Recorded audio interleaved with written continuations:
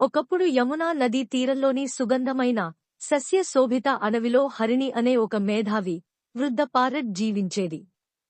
ఈ పారెట్ సాధారణమైనది కాదు. ఆమె వందల సంవత్సరాలు జీవించింది. మహర్షులు, ప్రపంచ రహస్యాలు మరియు దేవతల కథలు చూసి తెలుసుకుంది.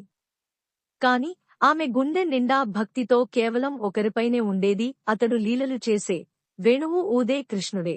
హరిణి ఎన్నోసార్లు ప్రయాణికుల నుండి కృష్ణుడి లీలల గురించి విని ఉండేది, కాని ఆమె కృష్ణుని ప్రత్యక్షంగా చూడలేకపోయింది. ఆమె అప్పుడు ఎంతో ఆసక్తితో గాలికి ఊగే చెట్లకు గమనిస్తూ ఉంటుంది.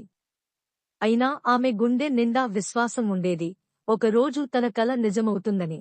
ఒక సాయంత్రం సూర్యుడు పసిడి మరియు గులాబీ రంగులతో ఆకాశాన్ని అలంకరించినప్పుడు హరిణి వేర్పడి ఒక పెద్ద వట వృక్షంపై కూర్చుని యమునాను చూడసాగింది. అప్పుడు ఒక్కసారిగా ఒక మృదువైన మాధుర్యమైన శబ్దం ఆమె చెవుల్లో పడింది.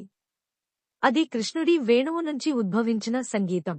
ఆమె గుండె వేగంగా కొట్టుకొంటూ, ఇది కృష్ణుడి వేణువు స్వరమా అని అనుకుంది. ఆ సంగీతం దగ్గరకు వచ్చింది. అంతలోనే చెట్ల మధ్యలో మేఘం వలె కృష్ణం ఛాయతో మరియు లోకానికన్నా లోతైన కళ్లతో ఒక యువ గోప బాలుడు కనిపించాడు.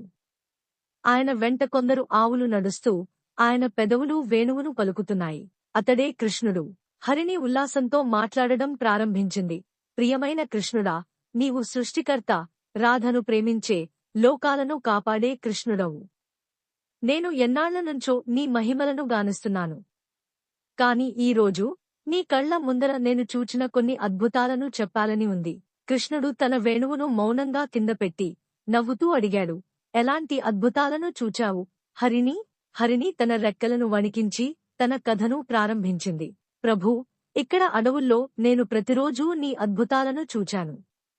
ఒక పూజా ప్రసాదంతో ఒక మురికిన చెట్టు మళ్లీ వికసించడాన్ని చూచాను. నీ పాదాల స్పర్శ పొందిన యమున జలాల్లో ఒక మందమన్న కొరకు చూపు తిరిగింది. ఓ కృష్ణ, ఒక సింహం ఆకలితో ఉండి కూడా నీ నామస్మరణతో గాయపడిన ఒక దూడను రక్షించిన అద్భుతాన్ని చూచాను.